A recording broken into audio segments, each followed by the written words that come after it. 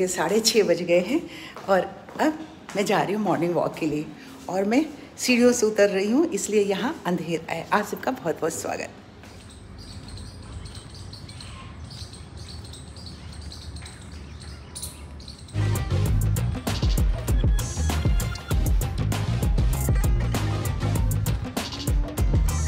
तो ये देख रहे हैं आप, मैं शावर लेने लगी तो जब मैंने पानी चलाया बकेट में तो अजीब सी बदबू आ रही थी, तो मुझे लगा पता नहीं, हो सकता है नीचे बाथरूम के बैक साइड से कहीं पाइप से आ रही होगी। अब ये पानी डाला है मैंने, ये देखिए कितना गंदा काला पानी आ रहा है। अखिलेश ऐसे कैसे काम चली? हो गई लू बढ़िया। चलो 3 बाल्टी निकल कचरा तो निकलवे करी तो ऊपर फेंक देला बड़ा लूनी। हाँ ध्यान से उतरो लोग भाई, कब से तो कहता नहीं कि मैंने के वो सीढ़ी बनवा दी। ध्यान से उतरिए लोग भाई। ये में माटी बा, अरे बाप रे बाप। ये केला अगर ज़्यादा पक जाए ना तो इसको बहुत सारे मैंगो ये बनाना शेक भी बना सकते हैं, बट मैं ऐसे सड़े हुए केले को फेंकती नहीं हूँ। इसको हिबिस्कस के प्लांट के अंदर डालने के लिए किसी भी अगर आप बर्तन में डाल के छोड़ देंगे तो वो खाद बन जाएगा। तो इसे मैं मैश नहीं करती, इसी तरह रख दिया, ये गल जाएगा। चरण नमस्ते मैडम जी। नमस्ते। ये कहाँ रख दिए? पीछे से हटा के मैं ढूंढ के सुबह बांध के जाएंगे, आप परेशान मत होइए। बिल्कुल कहाँ परेशान होते हैं, आपकी तो मूछे जो एकदम नथु राम वाली क्या मूछे बनाई है। आ तू हंस हंस के ना खूब दीदी के गर्दन काटत रहो। नहीं तुम लोग अच्छे हो तभी तो तुम लोग से काम कराते। देखो तो मेरा पौधा एक भी, मैं सुबह आके देख के गई कि मेरा कोई पौधा तो नुकसान नहीं हुआ है। हाँ कुछ भी नहीं हुआ है, सब बढ़िया है, ठीक ठाक है एकदम। वेरी गुड, हो जाएगा ना बाबू? बिल्कुल मैडम, कोशिश ठीक है। ये वाला ये पौधा खराब नहीं, उसको थोड़ा सा इधर कर देना। साथियों ये जो बनाना डाला है ना और बनाना पील जो डालते हैं उसी का कमाल है कि हिबिस्कस का ये पौधा इतना खूबसूरत है और इतने सारे फूल ये देता है।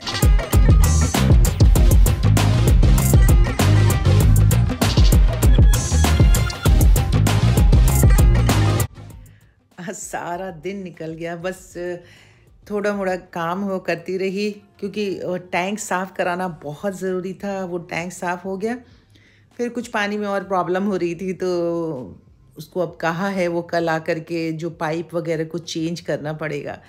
ये जो छोटे मोटे काम होते हैं ना वो मेंटेनेंस में आ जाते हैं। आप घर का जो मेंटेनेंस है वो बहुत ज़्यादा ज़रूरी होता है। अगर आपने किसी चीज़ को छोड़ दिया ना तो कभी पता चलेगा किसी वॉल से चूना निकल रहा है, कहीं से प्लास्टर है वो झड़ने लग गया है।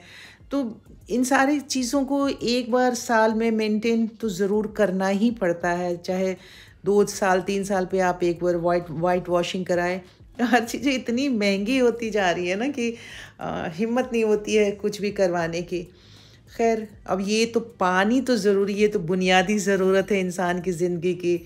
तो पानी के बगैर तो एक पल भी चलना मुश्किल है। और जैसे ही पता चलता है कि आज पानी नहीं आ रहा है या नहीं आने वाला है तो और ज़्यादा नर्वसनेस होने लगती है, तो और ज़्यादा बाथरूम जाने की इच्छा होती है, और ज़्यादा लगता है कि अरे ये भी काम कर ले, ये भी काम कर ले। तो आप सोचिए कि अगर 4-5 घंटे बग़ैर एक बूंद पानी के आपको कंट्रोल करने के लिए कह दिया जाए तो बहुत बड़ी मुसीबत है।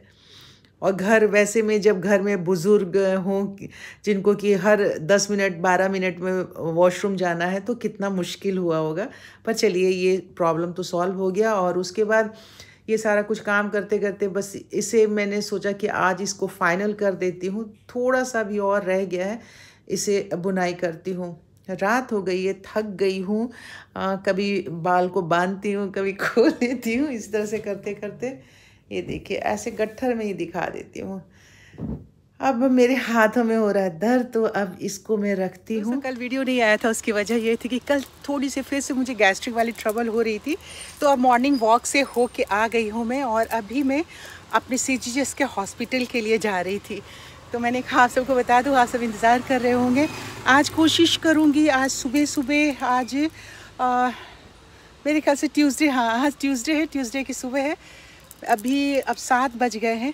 मैं अपने CGS के हॉस्पिटल से हो कर के आती हूँ, देखती हूँ अगर जितना भी वीडियो बनेगा आज आपके लिए मैं ज़रूर डालूँगी। घर में अगर घर की जो औरत है वो अगर ज़रा सा भी बीमार हो जाए, भले ही ऐसा लगता है कि वो क्या काम करती है नहीं करती है, और पूरा अगर उसकी तबीयत ठीक रहे तो पूरा घर मैनेज होता रहता है, बिल्कुल फिट फाट नीट एंड क्लीन दिखाई देता रहेगा। तो बट अगर ज़रा से भी तबीयत ख़राब हो जाए ना तो आप देखिएगा कि सारा घर अस्त व्यस्त हो जाता है। काम कराने वाला भी कोई नहीं, कपड़े जहाँ रखे हैं वहीं रखा रहेगा, जहाँ पे है अगर कोई सफाई करने वाला आ रहा है तो जैसे अपना करके चला जा रहा है। उसको मैनेज करना सबसे बड़ी एक रिस्पॉन्सिबिलिटी होती है, और वो मैनेज नहीं अगर आपने किया तो जो चीज़ जहाँ पे रखी है वहीं की वहीं रखी रहेगी। अब ये कपड़ा 2 दिन से ला के रखा हुआ है प्रेस के लिए, कल बस 1 दिन के लिए मेरी तबीयत ख़राब हुई। अब ये देखिए कि पूरे घर की हालत अगर मैं आपको दिखा दूंगी, इतना अस्त व्यस्त हो जाता है। तो चलिए, इन सारी चीज़ों से ऐसा लगता है कि नहीं, कुछ भी नहीं है तो कुछ तो करते ही रहते हैं हम लोग काम घर। अभी सारा काम करने के बाद मैंने शावर ले लिया था, और उसके बाद मुझे अपने कमरे की चादर वगैरह शिफ्ट करनी थी, मतलब चेंज करनी थी, क्योंकि कल थोड़ा सा काम ज़्यादा था, बिज़ी थी, और थोड़ी मेरी तबीयत भी ठीक नहीं लग रही थी, तो इसलिए मैं नहीं चेंज कर पाई। तो आज मैंने कहा कि इस कमरे को बिल्कुल फिर से ठीक ठाक कर देते हैं। थोड़ा सा भी अनटाइडी मुझे कुछ भी दिखता है ना तो मुझे बहुत टेंशन होती है, तो इसीलिए मैं सुबह उठते ही सबसे पहले अपने बेड को संवार देती हूँ। आप देख रहे हैं कि ये चादर बिल्कुल ऐसे नीट एंड क्लीन लग रहा है, सिलवट एक भी नहीं दिख रही है। इसकी 2 वजह है। एक तो अगर मैं ये काम उठते ही सबसे पहले सुबह कर लेती हूँ तो मुझे लगता है कि मैंने 20% काम जो है फिनिश कर लिया, और इसके अलावा मैं वास्तु को मानती हूँ, और वास्तु एक्सपर्ट्स कहते हैं कि जो चादर आप ओढ़ते हैं और जिस चादर पे आप सोते हैं, मतलब बेड पे सोते हैं, अगर उठते ही आपने इन दोनों को तय करके और सिलवटें नहीं हटा दी ना, तो सारा दिन जो आप काम करने के लिए निकलेंगे, प्लानिंग आपकी होगी, उसमें सक्सेस नहीं मिलता है। पर आप ऐसा करके देखिएगा कि अगर उठते ही आपने जो ओढ़ने वाली चादर है उसे आपने तय कर दिया, और अपने बिस्तरे की चादर की सिलवट ख़त्म कर दी, चिकना कर दिया, उसे साफ़ सुथरा रखा, तो जो दिन भर काम करने के लिए आप निकलेंगे ना, वो हर काम में आपको सफलता मिलेगी। तो देखिए, बस इस तरह से बातें करते करते मेरा ये कमरा बिल्कुल चकाचक ठीक ठाक हो गया। अब रिम्पा की बारी थी। अब रिम्पा जो है अपने काम में लगी हुई थी, और ये सारा काम ख़त्म हुआ तो उसके बाद मुझे मेडिसिन लेना था और कुछ कपड़े ड्राई क्लीनिंग के लिए देने थे। अब इसके लिए मैं गई बाज़ार।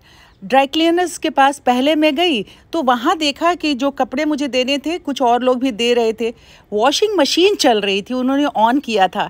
थोड़ी देर के बाद जब मैं आई तो देखा कि जो वॉशिंग मशीन में वो कपड़े डाल रहे थे, जो ड्राई क्लीनिंग के लिए लोग दे कर गए थे, उसे वॉशिंग मशीन से निकाल के उन्होंने बाहर डाल दिया था। उन्हें फुल ऑटोमेटिक मशीन लगाई हुई थी। तो आजकल ड्राई क्लीनिंग का मतलब ये हो गया है कि वॉशिंग मशीन से कपड़े साफ़ करवाइए और आप ले आइए, और एक कर्टन का, एक चादर के 4 जो ये लोग लेते हैं 150 120 रुपये।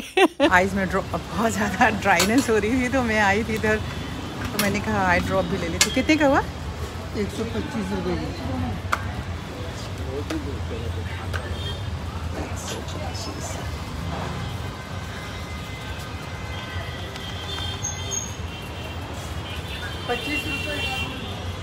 ये बिस्किट है,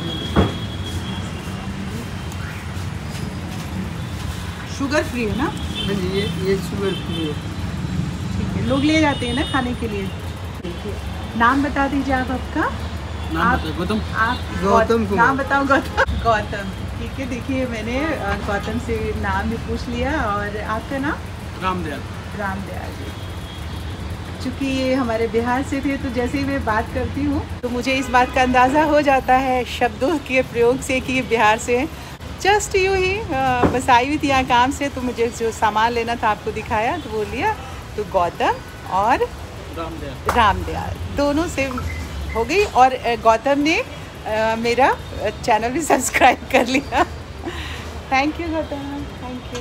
फ्रेंड्स, मैं आई थी ये प्लांटर लेने के लिए, और यहाँ से जो भी मुझे प्लांटर मैंने लेना था वो मैंने ले लिया है, और अच्छी इनके पास रिजनेबल रेट में, बहुत सालों से मैं इनके यहाँ से प्लांटर लेती हूँ। और ये मेरी हालत थोड़ी सी ऐसी हो रही है डवाडोल।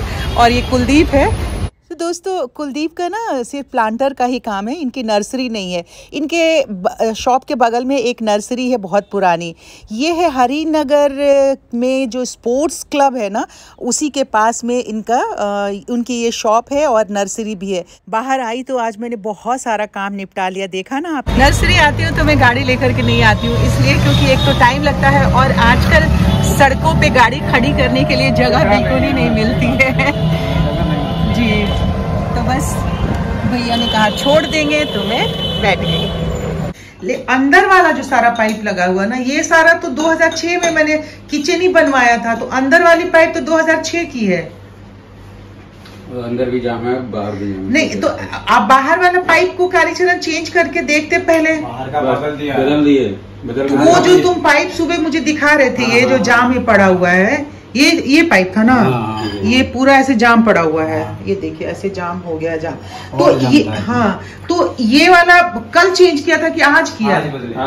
आज बदल के चेक किया था, इसमें पानी नहीं आ रहा था, वैसे ही आ रहा था। बैक प्रेशर मारा तभी फिर बदल के फिर मोटर से बैक प्रेशर मारे। हाँ, तो क्योंकि ये तो किचन पूरा मैंने बनवाया था ना 2006 में, तो पूरा वो तो किचन का वो स्पेस आगे बढ़ा हुआ है। हाँ, उतना आगे बढ़ा हुआ है। अभी उसको भी ठीक कराना है, क्योंकि आगे बढ़ा हुआ तो ऊपर से वो जहाँ से छज्जा बना दिया है ना, ज्यादा तो छज्जा तक मैंने पाइप बदल दिया पीछे से। अच्छा, ठीक है। ऊपर चढ़ के मैंने अभी रस्सा लगा के आया था। हाँ, और जो पुराना था निकाल लिया, लेकिन उसके बाद भी फिर भी नहीं आ रहा पानी। अच्छा, चलो ठीक है, जैसे करना है उसको करो, बाकी चीज सब मेरे ऊपर है। और इसको मतलब ठीक कर दो बस पानी का, ठीक है ना? पानी बिल्कुल अभी हो जाएगा।